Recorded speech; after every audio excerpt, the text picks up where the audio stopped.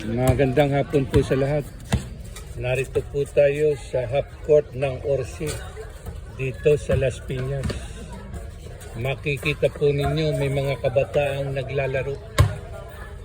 Ito pong half court na ito ang sumisikat o sikat ng manlalaro na si Kai Sotto sa panahon ng kanyang kamusmusan at nagkakaroon ng mga liga rito.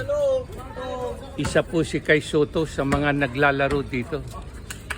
Sana po sa mga nakikita nating naglalaro ngayon ay may panibagong Kai Sotto na susunod sa kanyang mga yapak. Ito po ang half court ng Orsi na kung saan ay nahubog ang kakayahan ni Kai Sotto. Salamat po sa hapong ito. Paki-like and share.